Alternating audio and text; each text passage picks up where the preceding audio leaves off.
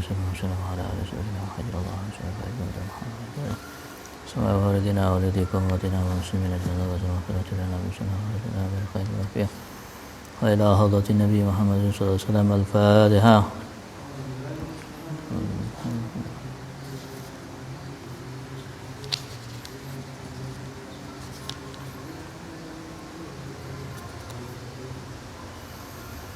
Bismillahirrahmanirrahim. Alhamdulillahirabbil alamin. Allahumma shalli wa sallim ala sayyidina Muhammadin wa ala alihi wa sahbihi ajmain. Faslun wa alayka ya akhi bi islahin niyyah wa ikhlasiha wa tafaqqudiha wa tafakkuri fiha qabla dukhul fil amal fa innaha asasul a'mal wal a'malu tabi'atu laha hasanan wa qabahan wasihatan wa fasadan. Maka bagi kalian untuk memperbaiki niat, karena niat itu adalah islahun niyya wa ikhlasiha, perbaiki niat dan juga ikhlaskan dalam niat, dan juga berfikirlah sebelum kita memasuki di dalam pekerjaan. Kenapa? Dikarenakan niat itu adalah asasul amal, karena niat itu adalah sebuah pondasi bagi amal. Sedangkan amal dan amal juga mengikuti kepada niat di dalam kebaikannya dan juga di dalam kejelekannya, di dalam sah dan juga tidak sahnya, itu adalah tergantung di dalam niat. Maka niat ini adalah suatu yang penting, dikarenakan semua pekerjaan itu membutuhkan kepada niat, akan tetapi niat itu tidak membutuhkan kepada pekerjaan. Niat ini mempunyai pahala sendiri, sedangkan pekerjaan bisa mendapatkan pahala maka membutuhkan kepada niat. Sehingga semua dari sepertiga dari pekerjaan dalam syariat maka itu adalah membutuhkan kepada niat. Tapi tidak semuanya pekerjaan itu juga membutuhkan kepada niat.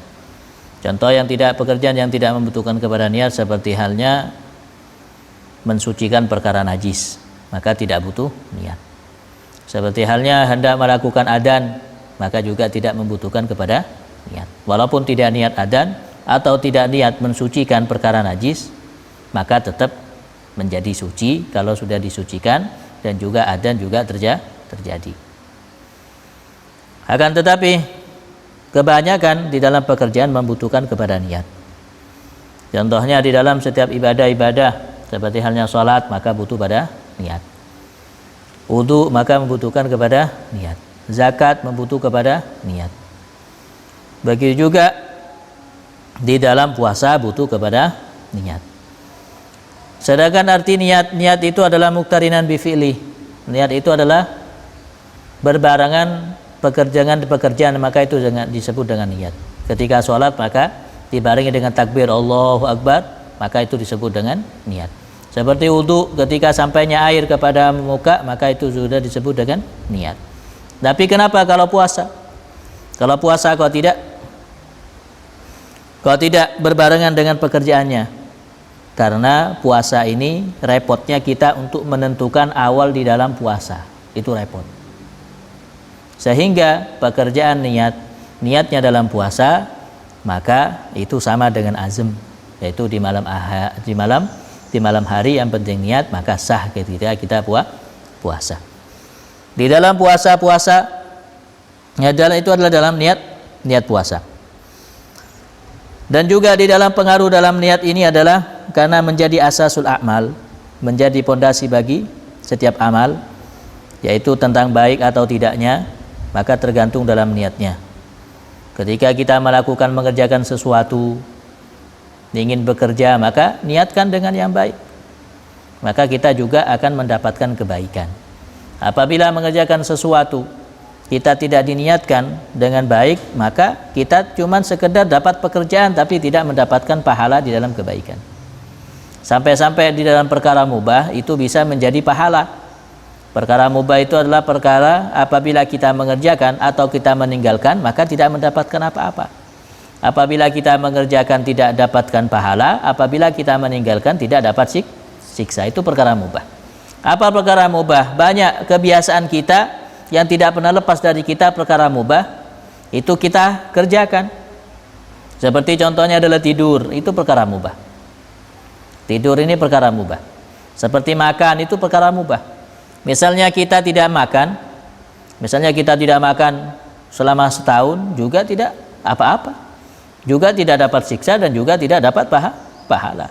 Kita tidak tidur selama setahun, seumur hidup tidak tidur, juga tidak apa-apa, tidak dapat apa-apa. Itu perkara mubah namanya. Nah, perkara mubah yang seperti ini bisa dijadikan pahala, mendapatkan pahala dari Allah Subhanahu wa taala, maka tergantung dalam niat. Apabila kita makan, diniatkan, saya makan ini diniatkan untuk dalam ibadah. Kalau biar supaya saya kuat dalam tenaga dan sehat di dalam beribadah, maka juga makannya ini mendapatkan pahala. Begitu juga belum lagi diniatkan di dalam sunnah, maka dapat pahala lagi. Ketika makannya, kita hendak makan, kita sudah sesuai dengan sunnah, yaitu dengan membaca bismillah, dengan membaca doa sebelum makan, kemudian dengan menggunakan tangan kanan, kemudian dengan didahului dengan mencuci tangan. Ini semua pahala dihitung satu persatu dalam pahalanya. Betapa gampangnya kita dalam Islam untuk mendapatkan pahala dari Allah Subhanahu wa taala. Tapi sebaliknya betapa repotnya kita mendapatkan dosa. Kenapa? Karena dosa di sini masih bermodal. Tapi kalau pahala kita tanpa modal. Tapi ruginya juga bagi kita di saat ada satu pekerjaan, yang pekerjaan ini tidak lepas dari kita, seperti makan ini tidak lepas dari kita, seperti tidur ini tidak lepas dari kita. Kenapa kalau kita tidak digunakan di dalam beribadah hal itu? Sesuatu yang tidak mungkin lepas dari kita dalam pekerjaan, kenapa kita tidak disandarkan kepada Rasul sallallahu alaihi wasallam? Karena Rasulullah adalah sama dengan kita. Maka kita bersyukur kepada Allah, Allah sudah mengutus seorang utusan, yaitu dari bangsa manusia. Kalau misalnya dari bangsa hewan bagaimana? Kalau misalnya dari kuda bagaimana kita meniru? Maka betapa bingungnya. Tapi alhamdulillah Allah telah menentukan dari bangsa kita. Sehingga Allah Subhanahu wa taala mengatakan laqad ja'akum rasulun min anfusikum min jinsikum. Yaitu adalah dari jenis kita, dari bangsa manusia. Sehingga kita bisa mencocokkan semua pekerjaan yang kita kerjakan, maka kita cocokkan kepada Rasul sallallahu alaihi wasallam. Seperti halnya Rasulullah, kita minum, Rasulullah juga minum. Maka carilah ilmu bagaimana Rasulullah itu minum. Ketika kita makan, maka lihatlah Rasulullah juga makan, maka carilah bagaimana Rasulullah itu adalah cara makan. Kita tidur, Rasulullah juga tidur, dan bagaimana caranya Rasulullah tidur. Maka niatkan di saat kemudian diniatkan perkara-perkara yang mubah yang kita tidak lepas untuk mengerjakan, maka sandarkan kepada sunnah Rasul sallallahu alaihi wasallam sehingga jadi pahala. Semuanya jadi pahala. Duduknya kita kalau misalnya ingat kepada Rasulullah maka jadi pahala. Berjalannya kita, apakah tidak ada ilmunya? Semua kitab menjelaskan tentang tingkah laku Rasul sallallahu alaihi wasallam. Ada yang disebut dengan Syama'il Rasul. Syama'il Rasul ini adalah menjelaskan semua dari kebiasaan Rasul, yang mencakup semua kepada Rasul. Bukan cuma sekedar di dalam pekerjaan yang digambarkan di situ yang dijelaskan, akan tetapi dari bentuk semua penampilan juga dijelaskan di situ. Bagaimana kalau penampilan, mungkin kalau kita meniru penampilan, misalnya meniru tentang wajahnya Rasulullah, maka tidak mungkin sama dengan Rasul, karena Rasulullah itu adalah sangat indah kalau dilihat. Sehingga Hasan bin Sabit mengatakan di dalam syairnya,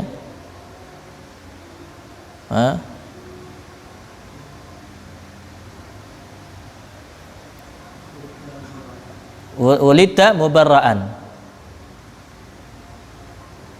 terus min kulli ainin ka'anna khuliqta kama tasya'u. Maka kata Rasul, kata Hasan bin Sabit, maka di situ adalah kata Hasan bin Sabit, maka seakan-akan Rasulullah itu diciptakan dengan kehendaknya sendiri. dari indahnya wajahnya Rasulullah. Dari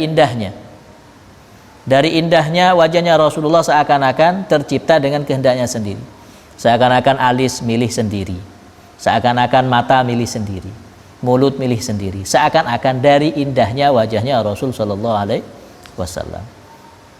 Jadi melihat Rasul sallallahu alaihi wasallam maka tidak ada yang mampu. Dalam riwayat sampai disebutkan, di saat aku melihat kepada wajahnya Rasul, kemudian aku melihat kepada bulan purnama, maka sungguh wajahnya Rasul sallallahu alaihi wasallam lebih indah daripada bulan purnama. Bagaimana kita menggambarkan kepada Rasul sallallahu alaihi wasallam?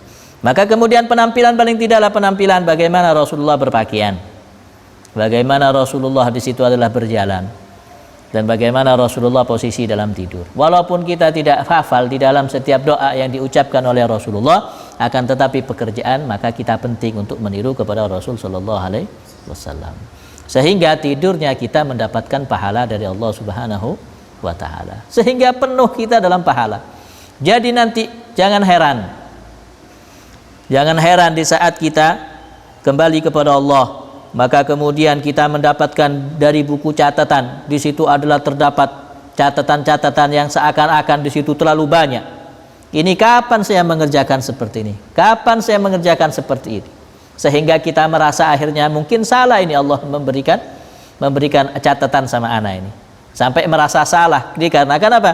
Dikarenakan kita tidak sadar kalau pernah melakukan tentang kehidupan sesuai dengan sunnah Rasul sallallahu alaihi wasallam. Sehingga diceritakan nanti ketika ada seseorang hamba dipanggil oleh Allah Subhanahu wa taala. Dipanggil oleh Allah Subhanahu wa taala, kemudian oleh Allah dikasih buku catatan. Di saat dikasih buku catatan, dilihatlah di dalamnya, maka terdapatlah banyak catatan yang mereka belum kerjakan. Ketika dilihat di situ terdapat sedekah yang banyak, padahal tidak pernah bersedekah. Ketika dilihat banyak di situ catatan melakukan umrah yang banyak, melakukan haji yang banyak. Banyak di situ pekerjaan-pekerjaan yang tidak pernah dikerjakan. Akhirnya dia merasa bahwa ini adalah salah. Oh, kok bisa Allah Ta'ala salah? Yang salah itu kita. Yang penuh lupa itu adalah kita. Akhirnya kembali kepada Allah Subhanahu wa taala dan kemudian dikembalikan kepada Allah. Ya Allah, ini barangkali ketukar. Ini catatan amal ini barangkali ketukar. Loh, kenapa memang?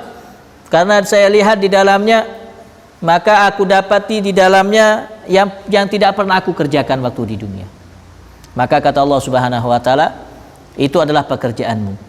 Karena dulu engkau pernah, di saat engkau pernah mengatakan dengan niatmu, kemudian engkau sering berniat, kalau seandainya aku punya uang banyak, maka aku akan umrohkan semua dan aku akan setiap tahun melaksanakan umroh. Kalau saya ingin banyak, maka aku akan sedekahkan semuanya. Karena berkat niat seperti itu, maka oleh Allah Subhanahu wa taala dicatat sebagai orang yang mengerjakan. Sehingga dalam niat itu adalah mempunyai nilai pahala sendiri. Kebiasaan para salafun saleh, maka beliau di saat setiap selesai tidur, bangun dari tidurnya, maka perbanyaklah dia niat. Niatnya nanti kalau saya ketika bangun, maka dia niatkan nanti mau silaturahmi. Kalau bangun saya niatkan untuk beribadah, saya niatkan sholat berapa rakaat, saya niat banyak, sampai niat-niatnya itu sangat banyak. Ya karena seperti itu, barangkali dia bisa mengerjakan pekerjaan yang diniatkan, maka mendapatkan pahala yang melimpah. Di saat mereka tidak bisa mengerjakan, maka dia akan mendapatkan pahala di dalam niatnya. Maka itu pengaruh di dalam niat. Sehingga juga diceritakan ada seseorang, orang yang soleh, dia sakit yang sangat parah, sehingga ada temannya menjenguk orang itu. Ketika dijenguk oleh orang itu, maka orang yang soleh yang keadaan sakit itu, kemudian dia mengatakan kepada temannya, ayo kita bersama-sama untuk niat melakukan banyak pekerjaan-pekerjaan yang seakan-akan tidak mungkin mampu untuk dikerjakan oleh orang ini, karena sudah keadaan ini adalah sudah parah sakitnya, sudah kritis. Tapi niatnya banyak numpuk niatnya, sampai akhirnya sama temannya dibilang, Gak usah banyak macam-macam, sudah mau kondisinya kayak gini kok niatnya banyak. Maka dia bilang, justru karena aku sekarang kondisinya seperti ini, kalau misalnya Allah akan menyembuhkanku, mungkin aku bisa mengerjakan dari salah satu niat ini. Kalau misalnya Allah mentiadakan di saat ini, maka aku akan mendapatkan pahala apa yang aku niatkan tadi. Jadi mendapatkan dalam pahala di dalam niat, sehingga niat itu mempunyai pahala sendiri. Maka janganlah kemudian kita berniat di dalam hati kita di dalam sesuatu yang keji. Jangan kemudian kita berniat untuk bermaksiat. Jangan kemudian terlintas dalam hati kita niat untuk mengerjakan sesuatu yang dilarang oleh Allah Subhanahu wa taala. Kenapa? Karena pengaruhnya nanti juga besar di dalam niat. Dulu ada seseorang yang mempunyai kakak adik. Orang ini adalah kakak adik. Yang kakak ini adalah ahli ibadah. Sang kakaknya ini ahli ibadah, sehingga dia mempunyai tempat satu tempat di atas tempat khalwatnya, tempat ibadah peribadatan. Setiap hari kerjaannya sang kakak ini adalah ibadah, tidak pernah melakukan hal yang lain. Kebalikannya sang adiknya kerjaannya maksiat. Sampai dikisahkan di situ bahwa adiknya ini adalah seakan-akan lebih banyak mabuknya daripada sadarnya, dari seringnya bermaksiat. Akhirnya satu saat adiknya itu tergeletak di tengah padang pasir yang dipenuhi dengan debu, kemudian yang dibasahi dengan keringat-keringat, seakan-akan sangat hina dan sangat kotor. Kemudian di tengah-tengah itu kemudian dia sadarkan diri dan merasa kekotoran tentang dirinya sendiri, sehingga dia sangat merasa hina dan sadar bahwa dia sudah terjerumus di dalam kemaksiatan. Akhirnya dalam hatinya dia mengatakan, mengeluh kepada Allah Subhanahu wa taala, ya Allah, betapa hinanya aku ini. Kenapa aku tidak mengikuti kakakku? Saya ini sudah kehidupanku hanya bermaksiat kepada Engkau ya Allah. Maka mulai sekarang saya niat untuk bertobat kepadamu. Saya akan mendatangi kakakku untuk mengikuti langkah-langkah kakakku beribadah kepadamu. Maka mulai itu dia bangkit, kemudian hendak mau datang kepada kakaknya. Sang kakaknya yang lagi ibadah kemudian digoda oleh setan. Maka setan di sini adalah selalu menggoda kepada manusia, memang untuk diajak menemani setan ini ke dalam neraka. Setan ini tahu kalau memang menjadi orang yang celaka, memang adalah makhluk yang celaka yang dilaknat oleh Allah Subhanahu wa taala. Maka kemudian setan ini izin kepada Allah untuk menggoda dari keturunan Nabi Adam menjadi temannya setan. Di saat menemukan setan ini orang yang ahli ibadah, maka digoda dengan segala cara sekiranya terjumus di dalam kekufuran, di dalam kemaksiatan. Maka kemudian apa? Kemudian sang kakaknya dibisik oleh setan. Ente ngapain? Masih muda. Nah, masih muda, masih seger, masih panjang umur, ngapain nanti ahli ibadah? Ahsan, bersenang-senang dulu di dunia. Dibisiki oleh setan. Ayo senang-senang dulu, tuh lihat adiknya senang-senang. Wah, dia berpesta-pesta dengan teman-temannya, berhura-hura, kesenangan mereka. Kenapa ente kok ikut adiknya saja ikut? Pas terlintas di dalam pikirannya dia. Sekarang pikiran kakaknya terlintas. Iya ya. Kenapa saya ini masih muda, masih seger, kenapa kok tidak maksiat dulu? Nanti kalau sudah tua baru bertobat. Baru dia bilang seperti itu. Akhirnya mempunyai niat untuk mengikuti langkahnya sang adik. Ikut bermaksiat kepada Allah Subhanahu wa taala. Dia berniat. Di saat dia hendak mau turun, kemudian sang adiknya mau naik, kemudian nyampe di atas, kemudian sama-sama kaget ketemu. Sama kaget dan semuanya sama-sama jatuh. Dan mati kedua-duanya mati. Maka oleh Allah Subhanahu wa ta'ala yang tadi yang mempunyai niat kemaksiatan, maka oleh Allah Subhanahu wa ta'ala dimasukkan ke dalam neraka walaupun ahli ibadah. Yang adiknya ahli maksiat tapi dia niat tobat kepada Allah, diterima oleh Allah Subhanahu wa ta'ala, maka menjadi ahli surga. Maka yang kita takut terlintas di dalam diri kita kemudian perkara-perkara kemaksiatan. Maka jangan sampai kita terlintas di dalam hati kita untuk bermaksiat kepada Allah Subhanahu wa taala. Tapi sebaliknya, maka niatkanlah kita di dalam kebaikan. Di saat kita perjalanan kemudian terjerumus di dalam kemaksiatan, maka cepatlah kembali. Cepatlah kembali dan banyak istighfar dan bertobat kepada Allah Subhanahu wa taala, karena Allah Subhanahu wa taala di situ adalah senang kepada orang yang bertobat. Innallaha yuhibbut tawwabin wa yuhibbul mutatahhirin. Allah itu senang. Maka juga yang perlu kita hati-hati ketika kehidupan kita di dunia, yaitu adalah hati-hati ketika melihat kepada seseorang dengan penglihatan benci, maka jangan. Walaupun kepada orang yang ahli maksiat. Tapi bencilah kita kepada seseorang karena dia sudah melanggar tentang perintah Allah Subhanahu wa taala. Benci karena itu, bukan benci kepada orangnya. Kenapa? Karena takut mereka adalah orang yang bertobat, akhirnya disenangi oleh Allah Subhanahu wa taala. Sedangkan kita belum tentu disenangi oleh Allah Subhanahu wa taala. Maka kalau kita lebih baiknya, maka nasihati mereka dengan cara baik, maka kenalkan mereka kepada jalan Allah Subhanahu wa taala. Maka itu adalah dalam niat, sehingga Rasul sallallahu alaihi wasallam bersabda bahwa niatul mukmin afdalu minal amal, bahwa niatnya orang mukmin itu lebih baik daripada pekerjaan. Itu kenapa? Karena niat ini mempunyai pahala sendiri, sedangkan pekerjaan itu membutuhkan kepada niat. Maka niat itu, sehingga niat ini disebut dengan adalah asasul a'mal, bahwa niat di situ adalah disebut dengan asas di dalam amal. Wa qad qala sallallahu alaihi wasallam, Rasul sallallahu alaihi wasallam bersabda, innamal a'malu binniyat wa innamal likulli imri'in ma nawa. Maka setiap pekerjaan itu adalah tergantung dengan niatnya, dan setiap pekerjaan itu membutuhkan kepada niat. Maka niatlah di sini dengan niat-niat yang baik, supaya juga kita mendapatkan keberkahan. Walaupun kita niat dalam bisnis, maka niatlah dalam kebaikan. Kita mencari nafkah untuk keluarga, maka niatlah untuk cari nafkah. Ya, niat untuk cari nafkah, bukan untuk kepentingan yang lain.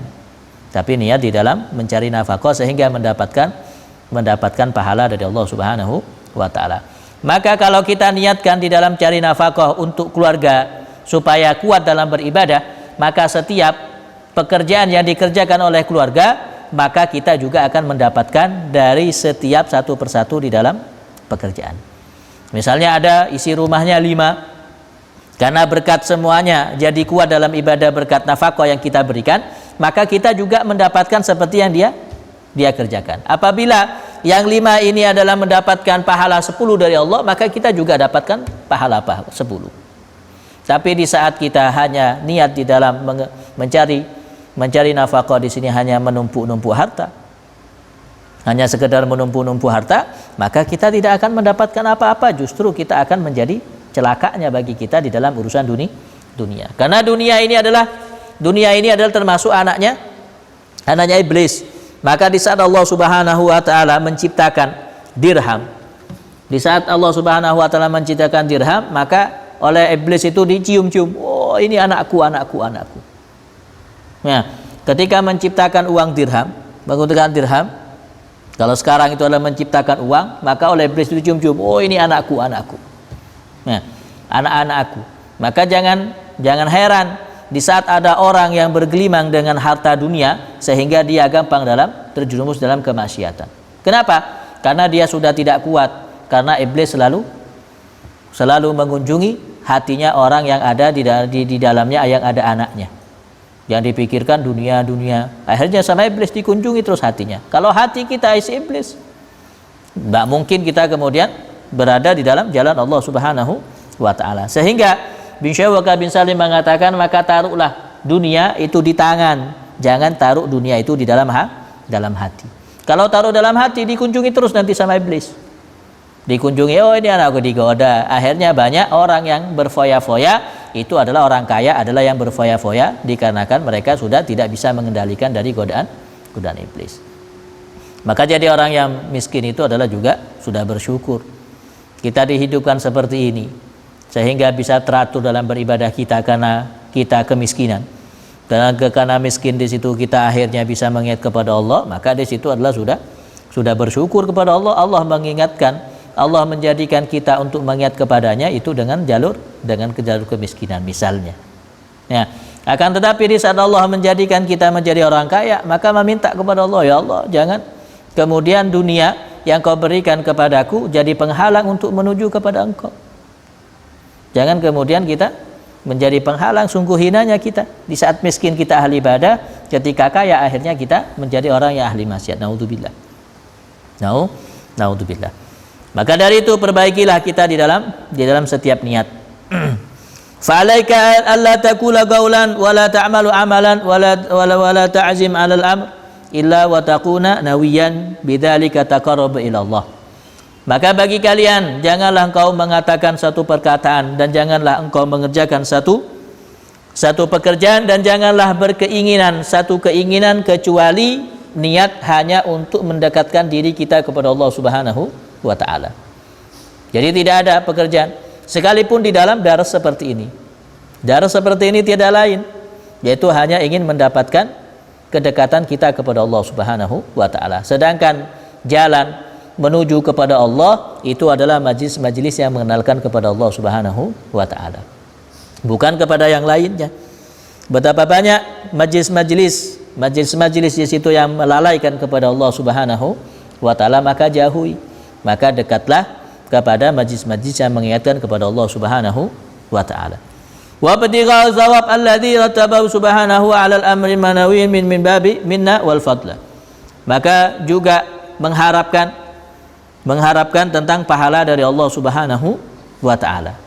Jadi meniatkan di situ adalah di dalam setiap pekerjaan atau keinginan atau perkataan kecuali hanya ingin mendapatkan kedekatan kita kepada Allah Subhanahu